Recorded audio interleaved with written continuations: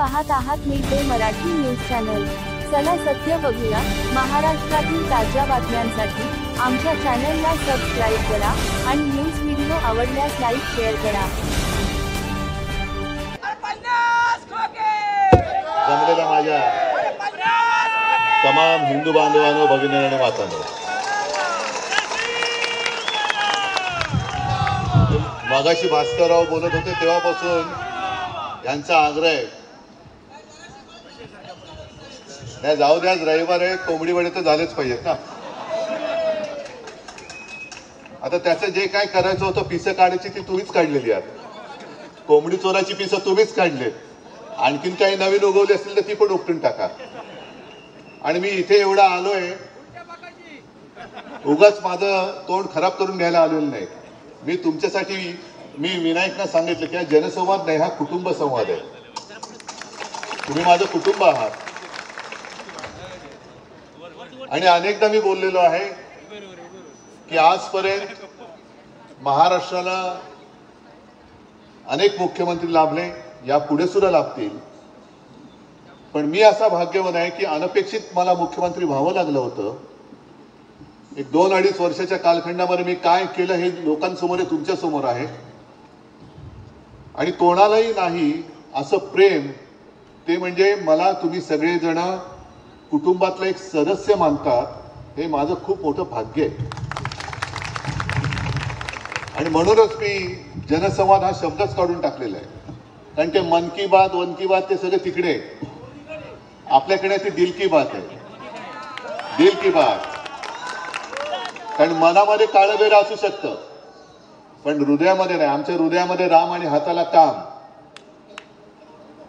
आणि म्हणूनच तुम्ही पाहिलं असेल की गेले काही दिवस मी सुरुवात जी केली होती ती कल्याण लोकसभा मतदारसंघ,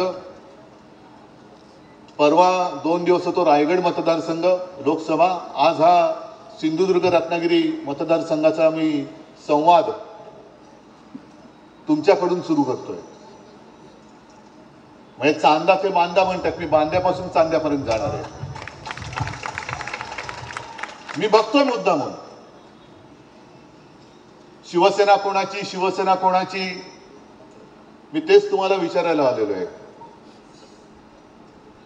आणि आज देखील सगळेजण, म्हणजे इथला डबल गद्दार, नाव घ्यायची गरजच नाही, ते काय काय त्यांची नावच होतात, त्यांना सत्तेची खुर्ची मिळाली, ऊब मिळत असेल, पण गद्दारीचा शिक्का त्यांना आणि त्यांच्या कुटुंबियांवरती जो कपाळाला लागलेला आहे तो कधी आयुष्यात ते पुसू शकत नाहीत।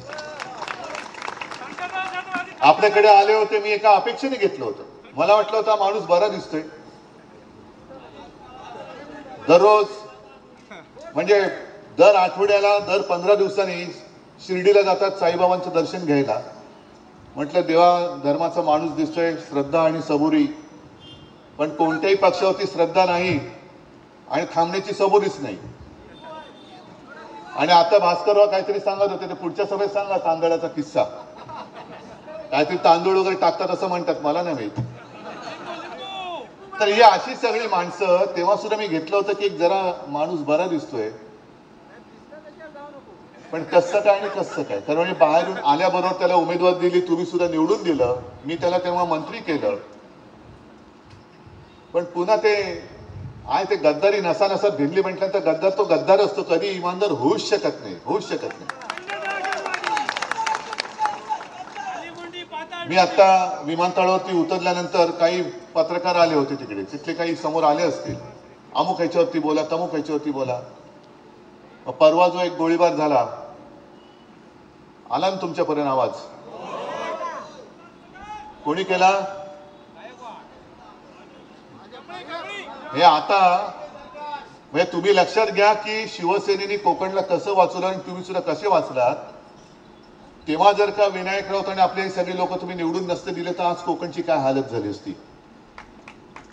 त्याच वेळेला तुम्ही गुंडांना चेचून टाकलं, ठेचून टाकलं। आता जी काय वळवळ एका मतदारसंघात राहिले ती सुद्धा या वेळेला सुपडा साफ करून टाकायची। हे गुंडांचा सुपडा साफ नाही, कोकण एकदम साफ करून टाकायचं।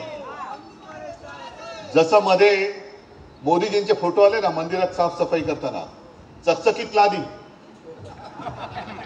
अरे फोटो आहे, मी ते तुम्हाला सांगतोय. फोटो म्हणजे लादी चकचकीत, आजूबाजूला कोणीही नाही, आणि हे घेऊन लादी पुसतायत किंवा लादी खराब करतायत, लादी पुसतायत.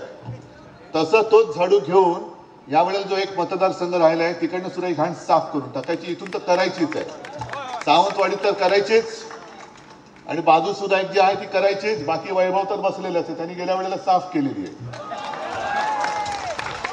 आणि तुमच्या आशीर्वादाने विनायक राऊतांनी लोकसभेत सुद्धा साफ करून टाकलेलं आहे. गणपत गायकवाडीने जो गोळीबार केला त्याचं पटकन ते व्हिडिओ चित्रीकरण बाहेर आलं. कोणी मागितलं होतं?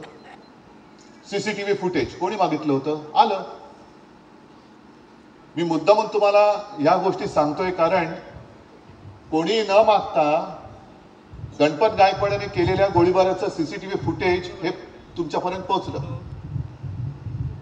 पण लबाडाने जो एक निकाल दिला आणि शिवसेना मिंद्याची सांगितली, यांची शिवसेनेची घटनाच नाही, शिवसेनेमध्ये पक्षप्रमुख पदच नाही, मग ती सुद्धा जी आम्ही फिल्म दाखवली त्याचे चित्रीकरण आमच्याकडे नाही मागितलं, आयोगाकडे मागितलं. आयोगाने सांगितलं आमच्याकडे नाही, आणि ते चित्रीकरण आम्ही जनतेच्या न्यायालयात तुम्हाला समोर ठेवलेले. हा फरक लक्षात घ्या. हे जरा मला बोलू दे ना जरा थोडा वेळ. तर हे चित्रीकरण दाखवावं लागलं. पण गणपत गायकवाडांचं चित्रीकरण हे कोणीही न मागता दिलं सोडून. आणि गणपत गायकवाडांचं जे काही चित्रीकरण आहे सीसीटीव्ही फुटेज गरजच नाही, कारण गणपत गायकवाडांनी कबूलच केलेलं आहे की होय मीच याला गोळ्या घातल्या, आणि गोळ्या का घातल्या त्याची चौकशी होणार आहे की नाही. मी गणपत गायकवाडांची बाजू घ्यायला आलेलो नाही, अजिबात नाही.